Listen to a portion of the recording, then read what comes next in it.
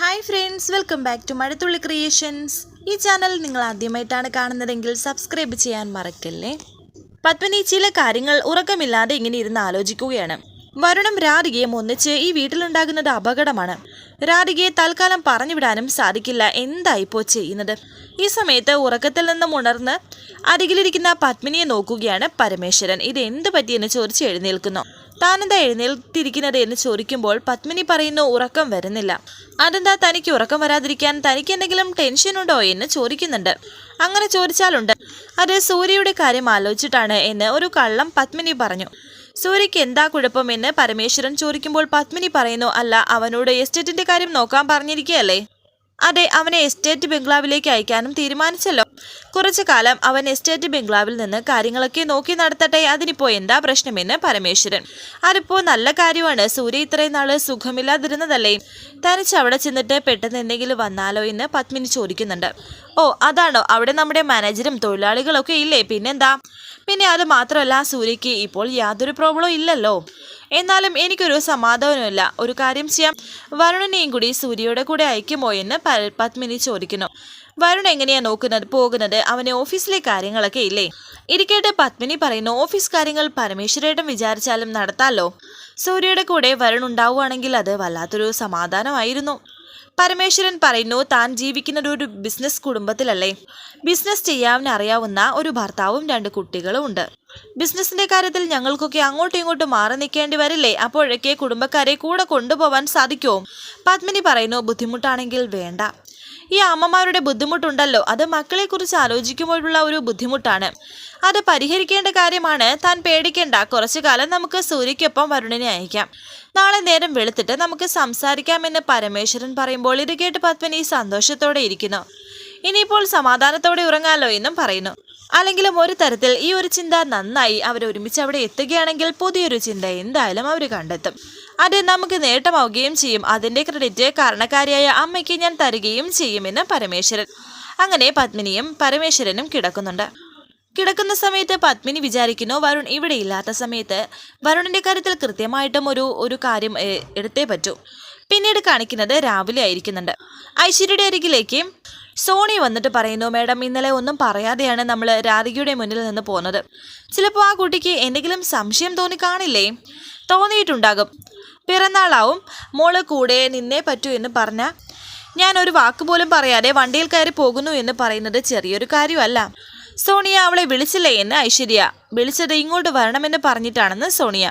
വരട്ടെ, ഇന്നലെ പ്ലാൻ ചെയ്തതിനേക്കാൾ ഭംഗിയായിട്ട് പിറന്നാൾ ആഘോഷം ഇന്ന് ഞാൻ നടത്തും എന്ന് ഐശ്വര്യ. എങ്ങനെ എന്ന് മാലിനി ചോദിക്കുമ്പോൾ ഐശ്വര്യ പറയുന്നു, ഞാനൊരു തീരുമാനത്തോടെയാണ് ഈ കളിയിൽ ഇറങ്ങിയിരിക്കുന്നത്. തോൽക്കാൻ ഞാൻ തീരുമാനിച്ചിട്ടില്ല. അവളെ പോലെ ഒരു പെൺകുട്ടി എങ്ങനെയാണ് വീഴ്ത്തേണ്ടതെന്ന് എനിക്ക് നന്നായിട്ട് അറിയാമെന്നും പറയുന്നു. ഈ സമയം രാധിക അവിടെ എത്തുകയും ചെയ്യുന്നുണ്ട്. ഒട്ടും താല്പര്യമില്ലാതെ തന്നെയാണ് രാധിക അവിടെ എത്തിയിരിക്കുന്നത്. മേഡം, രാധിക വരുന്നുണ്ട് എന്ന് സോണിയെ പറയുമ്പോൾ ഐശ്വര്യ അവരോട് പറയുന്നു, ഞാൻ ബെഡ്റൂമിലുണ്ടാകും, അവളെ അങ്ങോട്ട് കൂട്ടിക്കൊണ്ട് വന്നാൽ മതി. അങ്ങനെ ഐശ്വര്യ ബെഡ്റൂമിലേക്ക് പോകുന്നു. എന്താ പറ്റിയത് എന്ന് രാധിക ചോദിക്കുമ്പോൾ സോണിയ പറയുന്നുണ്ട്, ഞാൻ പറഞ്ഞില്ലേ മോളെ, മോളുടെ അമ്മ ഇന്നലെ മുതൽ കിടന്ന കിടപ്പാണ്. ഡോക്ടറെ കാണാൻ വിളിച്ചിട്ടാണെങ്കിൽ വന്നില്ല. ഭക്ഷണം കഴിക്കാൻ വിളിച്ചിട്ടും വന്നില്ല. ഇന്നലെ മോളുടെ മുന്നിൽ നിന്ന് അമ്മ പെട്ടെന്ന് തിരിച്ചു പോയില്ലേ? അതിന്റെ കാരണം എന്താണെന്ന് അമ്മ തന്നെ മോളോട് പറയും. മോള് വാ എന്ന് പറഞ്ഞ മാലിനിയും സോണിയും കൂടി രാധികയെ അകത്തേക്ക് കൂട്ടിക്കൊണ്ടുവരുന്നു. ഈ സമയം ഐശ്വര്യ മുറിയിൽ കിടക്കുകയാണ്. അവിടേക്ക് രാധിക വന്നു. വിളിക്കുമോളെ എന്ന് അവർ നിർബന്ധിച്ച് പറയിപ്പിക്കുകയാണ്. രാധികയോട് പറയുകയാണ്, അമ്മയെന്ന് രാധിക ഐശ്വര്യയെ വിളിക്കുന്നു. പെട്ടെന്ന് ഒന്ന് എഴുന്നേൽക്കുന്നത് പോലെ, ഉറക്കത്തിൽ നിന്ന് എഴുന്നേൽക്കുന്നത് പോലെ തന്നെയാണ് ഐശ്വര്യ കണ്ണു തുറന്നത്. രാധികയെ കണ്ടിട്ട് വളരെ സന്തോഷമുള്ളതുപോലെ അഭിനയിക്കുന്നു. മോള് വന്നോ എന്ന് പറഞ്ഞ് രാധിക എഴുന്നേൽക്കുന്നു. ഇരിക്കുമോളെ എന്ന് പറയുന്നുണ്ട്. രാധിക അരികിലിരിക്കുന്നു. ഇന്നലെ അമ്മ ഒരുപാട് പ്രതീക്ഷകൾ കൊണ്ടു നടന്ന ദിവസമായിരുന്നു. എന്നിട്ട് ഇന്നലെ അമ്മയ്ക്ക് മോളുടെ മുന്നിൽ നിന്ന് പെട്ടെന്ന് പോകേണ്ടി വന്നു. എന്താ കാരണമെന്നറിയാമോ? അരികിൽ നിൽക്കുന്ന സോണിയയ്ക്കും മാലിനിക്ക് പോലും ഈ കാര്യം അറിയില്ല. ഐശ്വര്യ പറയുന്നു, പെട്ടെന്ന് ഒരു മെസ്സേജ് വന്നു. കാസർഗോഡിനടുത്ത് ഒരു സ്ഥലമുണ്ട്. അവിടെ ഒരു അനാഥാലയത്തിന് തീ പിടിച്ചു. 3-4 കുട്ടികൾക്ക് പൊള്ളലേറ്റു. മോളെ തിരഞ്ഞ് ഈ നാട് മുഴുവനും നടന്ന അലച്ചിലിനിടയിൽ അമ്മ 3-4 ദിവസത്തിനകം തങ്ങിയ അനാഥാലയമാണ് അത്. അന്നു മുതൽ അവിടുത്തെ ചിലവുകളൊക്കെ മോളുടെ പേരിൽ അമ്മയാണ് നോക്കുന്നത്. മോളെ പോലെ തന്നെ അമ്മ സ്നേഹിക്കുന്ന കുട്ടികളാണ് അവർക്ക് അപകടം പറ്റിയെന്നറിഞ്ഞപ്പോൾ അമ്മ മറ്റെല്ലാം മറന്നുപോയി. എന്നിട്ട് ഇന്ന് ആകാംക്ഷയോടെ രാധിക ചോദിക്കുന്നുണ്ട്, ഇന്നലെ തന്നെ ഡോക്ടർമാരെയൊക്കെ ഞാൻ വിളിച്ചു. കുട്ടികളൊക്കെ മൾട്ടി സ്പെഷ്യാലിറ്റി ഹോസ്പിറ്റലിൽ ചികിത്സിക്കാൻ കൊണ്ടുപോയി. ആവശ്യത്തിനുള്ള പണവും ഞാൻ അയച്ചു കൊടുത്തു. പെട്ടെന്നൊരു തളർച്ച തോന്നിയത് കൊണ്ടാണ്, അല്ലെങ്കിൽ അമ്മ നേരിട്ട് അങ്ങോട്ട് പോയേനെയായിരുന്നു. നാളെയോ മറ്റന്നാളോ അങ്ങോട്ട് പോകണമെന്ന് പറയുന്നു. പെട്ടെന്ന് പറയാതെ പോയപ്പോൾ എൻ്റെ മനസ്സിൽ എന്തൊക്കെയോ സംശയം തോന്നിയെന്ന് രാധിക അവരോട് പറഞ്ഞു. ഇതായിരുന്നു കാര്യമെന്ന് എനിക്ക് അറിയില്ലായിരുന്നു. ഇത് കേട്ട് ഐശ്വര്യ ചോദിക്കുന്നു, അമ്മ ചെയ്തത് തെറ്റായോ മോളെ എന്ന്. രാധിക പറയുന്നു, അയ്യോ ഇല്ല, അനാഥരായ കുട്ടികൾക്ക് വേണ്ടിയിട്ടല്ലേ, അവർക്ക് വേണ്ടി ആരെന്ത് ചെയ്യുന്നതും എനിക്കിഷ്ടമാണ്, ഞാനും ആ കൂട്ടത്തിലെ ഒരാളല്ലേ. ഇത് കേട്ട് രാധികയുടെ വായ പൊത്തിക്കൊണ്ട് ഐശ്വര്യ പറയുന്നു, ഇല്ല, മോൾക്ക് അമ്മയുണ്ട്, ഇനി അങ്ങനെ പറയരുത്, ചിന്തിക്കുകയും അരുത്. ഇന്നലെ വാങ്ങിയ ബർത്ത്ഡേ കേക്കും മറ്റും ഇവിടെ ഇരിക്കുകയാണ്. മോള് വന്ന നിലയ്ക്ക് അമ്മയും മോളും അത് ഒന്നിച്ച് കട്ട് ചെയ്തിരുന്നെങ്കിൽ എന്ന് സോണിയ പറയുന്നു. അത് ഇനി വേണോ എന്ന് ഐശ്വര്യ. വേണം മേഡം, എല്ലാം മേഡം ആഗ്രഹിച്ചതല്ലേ അത്രയ്ക്ക്, എല്ലാം പെട്ടെന്ന് അറേഞ്ച് ചെയ്യാമെന്ന് മാലിനിയും പറയുന്നു. മോളെ, ഇവർ പറയുന്നത് പോലെ ചെയ്താലോ എന്ന് ഐശ്വര്യ ചോദിക്കുന്നു. മൂളുകയാണ് രാധിക. അങ്ങനെ അതെല്ലാം സെറ്റ് ചെയ്തിരിക്കുകയാണ്. മാലിനിയും സോണിയും കൂടി സംസാരിക്കുന്നു. മേഡം എന്ത് പറയുമെന്ന് ഞാൻ വിചാരിച്ചിരിക്കുകയായിരുന്നു. പെട്ടെന്ന് ഇങ്ങനൊരു സൊല്യൂഷൻ എങ്ങനെ കണ്ടെത്തിയെന്നാണ്. ഇത് കേട്ട് മാലിനി പറയുന്നുണ്ട്, സോണിയയ്ക്ക് ഐശ്വര്യയെക്കുറിച്ച് കൂടുതൽ അറിയില്ല. ഐശ്വര്യ മേഡത്തിന് ഇതൊക്കെ നിസ്സാരമാണ്. മോഡ് ഇനി വരില്ലെങ്കിലോ ഇന്ന് മേഡം, ഞാൻ വല്ലാണ്ട് പേടിച്ചു എന്നൊക്കെ ഐശ്വര്യ രാധികയോട് പറയുമ്പോൾ രാധിക പറയുന്നുണ്ട്, വരണമെന്നാണ് ഞാൻ വിചാരിച്ചത്, അപ്പോൾ വയ്യെന്ന് പറഞ്ഞില്ലേ, അതാ വന്നതെന്ന് രാധിക. പിന്നെ ഒരിക്കൽ അനാഥാലയത്തിൽ അമ്മയോടൊപ്പം വരണം കേട്ടോ. അമ്മ പറഞ്ഞ് അമ്മയുടെ മോളെ അവിടെ എല്ലാവർക്കും അറിയാം എന്ന് ഐശ്വര്യ പറയുമ്പോൾ വരാമെന്ന് രാധിക പറഞ്ഞു. മേഡം, അവിടെ എല്ലാം റെഡിയായെന്ന് പറഞ്ഞ് സോണി അവിടേക്ക് വന്നു. അങ്ങനെ ഐശ്വര്യ എഴുന്നേക്കാൻ പോയപ്പോൾ പെട്ടെന്ന് വീഴാൻ പോകുമ്പോൾ രാധിക പിടിക്കുകയാണ്. മോളെ, താങ്ക്സ് ഉണ്ട്, അമ്മയുടെ ബലം ഇപ്പോൾ നീയാണ് എന്ന് ഐശ്വര്യ രാധികയോട് പറയുന്നു. അങ്ങനെ അവർ രണ്ടുപേരും കൂടി ബർത്ത്ഡേ ആഘോഷിക്കാനായി വരുന്നുണ്ട്. ഐശ്വര്യ കട്ട് ചെയ്യാൻ തുടങ്ങുന്നു. മോളും കൂടി വാ എന്ന് പറഞ്ഞ് രാധികയുടെയും കൈ പിടിക്കുന്നുണ്ട്. രണ്ടുപേരും കൂടി ഒന്നിച്ച് ആ കേക്ക് കട്ട് ചെയ്തു. സോണിയും മാലിനിയും ആശംസകൾ പറയുന്നു. രാധികയ്ക്ക് തന്നെ ആദ്യത്തെ പീസ് കൊടുക്കുമ്പോൾ രാധിക ആദ്യം ഒന്ന് മടിച്ചിട്ട് അത് കഴിക്കുന്നു. ഒട്ടും താല്പര്യമില്ലാതെ തന്നെയാണ് രാധിക അത് കഴിക്കുന്നത്. അമ്മയ്ക്ക് എടുത്തു വെച്ച് കൊടുക്കാനായി സോണിയെ പറയുന്നുണ്ട്. അങ്ങനെ രാധിക ഐശ്വര്യയ്ക്കും കൊടുക്കുന്നു. ഐശ്വര്യ രാധികയ്ക്ക് ഒരു ചുംബനം കൊടുക്കുന്നു.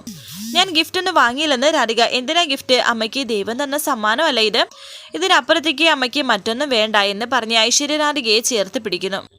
എന്നിട്ട് അവരെ നോക്കി ചിരിക്കുകയാണ് ഐശ്വര്യ. എന്നാൽ രാധികയ്ക്ക് ഇതൊന്നും അത്രയ്ക്ക് അങ്ങോട്ട് സ്വീകരിക്കാൻ കഴിയുന്നില്ല. ചുമ്മാ എല്ലാത്തിനും നിന്ന് കൊടുക്കുന്നു എന്ന് മാത്രം. ശേഷം കാണിക്കുന്നത് ഫോട്ടോഷൂട്ടിനായിട്ട് പ്രിയങ്ക എത്തിയിരിക്കുന്നുണ്ട്. പ്രിയങ്കയുടെ ഫോട്ടോഷൂട്ട് നടക്കുകയും ചെയ്യുന്നു. ഫോട്ടോഷൂട്ട് കഴിഞ്ഞതിന് ശേഷം ഓരോ ഭാവവും റൊമാൻറ്റിക്കായ ഒരു ഭാവം കാണിക്കാൻ പറയുകയാണ് ഡയറക്ടർ.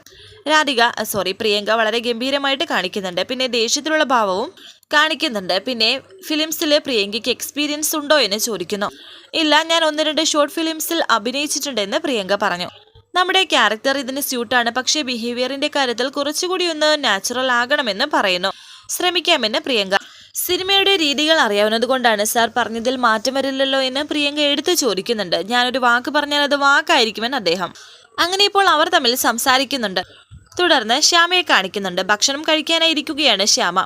അമൃത വിളമ്പി കൊടുക്കുന്നു. ഇതേ സമയം ഐശ്വര്യയും രാധികയെ ഭക്ഷണം കഴിപ്പിക്കാൻ വേണ്ടിയിട്ട് അവിടെ ഇരുത്തുന്നുണ്ട്. കുറേ ഭക്ഷണങ്ങൾ ടേബിളിൽ നിരത്തി വെച്ചിരിക്കുന്നു. ഇതിനിടയിൽ മാലിനിക്കൊരു കോൾ വന്ന് അപ്പുറത്തേക്ക് പോകുന്നു. ഐശ്വര്യ രാധികയ്ക്ക് ഭക്ഷണം വിളമ്പി കൊടുക്കുന്നു. അരികിൽ സോണിയയും ഉണ്ട്. നോൺ വെജ് കഴിക്കില്ലെന്ന് പറയുന്നുണ്ട്. നോൺ വെജ് ഞാൻ വല്ലപ്പോഴും ഒരു ടേസ്റ്റ് നോക്കിയിട്ടേ ഉള്ളൂ, ഇത് കഴിക്കില്ല, എനിക്കിഷ്ടം പച്ചക്കറികളാണെന്നും രാധിക പറയുന്നു. എന്നിട്ട് ഐശ്വര്യ രാധികയ്ക്ക് വാരി കൊടുക്കാൻ തുടങ്ങുന്നു. ഇന്നമ്മ കുറച്ച് സ്വാതന്ത്ര്യം എടുക്കുകയാണെന്ന് കൂട്ടിക്കോളും, ഒരു പിടി അമ്മയുടെ കയ്യിൽ നിന്ന് കഴിക്കണം പ്ലീസ് മോളെ എന്നൊക്കെ പറയുന്നു. അങ്ങനെ രാധികയ്ക്ക് ഐശ്വര്യ വാരി കൊടുക്കുന്നു. മനസ്സോടെയാണ് രാധിക അത് കഴിക്കുന്നത്. ഈ സമയത്ത് തന്നെ ശ്യാമയും കഴിക്കാൻ തുടങ്ങുകയായിരുന്നു. ശ്യാമയുടെ കയ്യിൽ നിന്ന് ഭക്ഷണം താഴെ വീഴുന്നു പോന്നു. അമ്മ വാരി തന്നപ്പോൾ മോൾക്ക് എന്തെങ്കിലും പ്രത്യേകത തോന്നിയോ എന്ന് ഐശ്വര്യ രാധികയോട് ചോദിക്കുന്നുണ്ട്. ഞാൻ പറഞ്ഞ വിഷമാവോ എന്ന് രാധിക. യശോദാമ്മ എനിക്ക് എപ്പോഴും വാരി തരാറുണ്ട്, ഞാൻ ഇത്രയും വലുതായിട്ട് പോലും. പിന്നെ ഇടയ്ക്ക് ഫിദാമേടവും വാരി തരാറുണ്ട്, പക്ഷേ അത് കഴിക്കുന്നത് പോലെ ഒരു സന്തോഷം അതെനിക്ക് കിട്ടുന്നില്ലെന്ന് രാധിക. ഞാൻ തോന്നിയത് പറഞ്ഞു എന്ന് മാത്രം എന്ന് രാധിക പറയുമ്പോൾ സോണിയ പറയുന്നു, അതല്ലെങ്കിലും അങ്ങനെയല്ലേ മേഡം, മോൾ ഇത്രയും നാൾ അമ്മയായിട്ട് കരുതിയത് അവരെയല്ലായിരുന്നോ? ഇനി മുതൽ മേഡം വാരി കൊടുക്കുമ്പോൾ മോൾക്ക് ടേസ്റ്റ് തോന്നും അല്ലേ മോളെ എന്നൊക്കെ പറയുന്നുണ്ട് സോണിയയും. ശ്യാമ കഴിക്കാതെ ഇരിക്കുന്നത് കൊണ്ട് അമൃത അവിടേക്ക് വന്നു. എന്നിട്ട് ശ്യാമ അമൃതയോട് പറയുന്നു, എടുത്തി മോളെ ഒന്ന് വിളിക്കുക, എന്നിട്ട് എവിടെയാണെന്ന് ചോദിക്കും. അങ്ങനെ ഇപ്പോൾ അമൃത രാധികയെ വിളിച്ചു. മോളെ ഭക്ഷണം കഴിക്കേ എന്നിട്ട് എടുത്താ പോരെ എന്ന് ഐശ്വര്യ രാധികയോട് ചോദിക്കുമ്പോൾ രാധിക പറയുന്നു അത് പറ്റില്ല, ഫിദ മേഡം ആണ്. അങ്ങനെ രാധിക ഫോൺ എടുത്തു. രാധിക മോൾ എവിടെയാണെന്ന് ചോദിക്കുന്നു. അമൃത മേഡം ആയിരുന്നോ? ഞാനൊരു ഫംഗ്ഷനിലാണ്, ഭക്ഷണം കഴിച്ചുകൊണ്ടിരിക്കുകയാണെന്ന് രാധിക. എന്ത് ഫംഗ്ഷനിലാണെന്ന് ചോദിക്കുന്നുണ്ട് ശ്യാമ. അതൊരു ഫാമിലി ഫംഗ്ഷനാണ്, ഞാൻ നാളെ വരുമ്പോൾ പറയാമെന്ന് രാധിക പറഞ്ഞു. ശ്യാമ ഫോൺ വാങ്ങിച്ചു. ഫിദ മേഡം, ഞാൻ കരുതി അമൃത മേഡത്തിന്റെ അരികിലില്ലാന്ന്. ശ്യാമ പറയുന്നു. മോളെ ഫംഗ്ഷൻ തീരാറായോ എന്ന്? കഴിയാറായെന്ന് രാധിക. കഴിഞ്ഞാൽ എത്രയും പെട്ടെന്ന് വീട്ടിൽ പോണേ. കുറച്ചുനേരം മോളെക്കുറിച്ച് ആലോചിച്ചിരുന്നപ്പോൾ എന്തോ ഒരു അസ്വസ്ഥത പോലെ. മോള് വീട്ടിൽ ചെന്നിട്ട് വിളിക്കണേ എന്നൊക്കെ ശ്യാമ പറയുന്നു. എന്നെക്കുറിച്ച് എന്തിനാ ടെൻഷൻ എന്ന് രാധിക പറയുമ്പോൾ ശ്യാമ പറയുന്നു, വേറെ ആരെക്കുറിച്ചാണ് എനിക്ക് ടെൻഷൻ, മോളുടെ നല്ലതിന് വേണ്ടിയിട്ടല്ലേ പറയുന്നത് എന്നൊക്കെ. ഫിദ മേഡം പേടിക്കണ്ട, ഞാൻ ദേ ഭക്ഷണം കഴിച്ച് കൈ കഴുകാൻ പോവുകയാണ്, ഒരു 5 മിനിറ്റിനുള്ളിൽ ഞാനിവിടെ ഇറങ്ങുമെന്നും രാധിക പറയുന്നു. വരാനിരിക്കുന്ന പുതുപുത്തൻ എപ്പിസോഡുമായി വീണ്ടും കാണാം. Thank you for watching. Please subscribe, like, share my channel.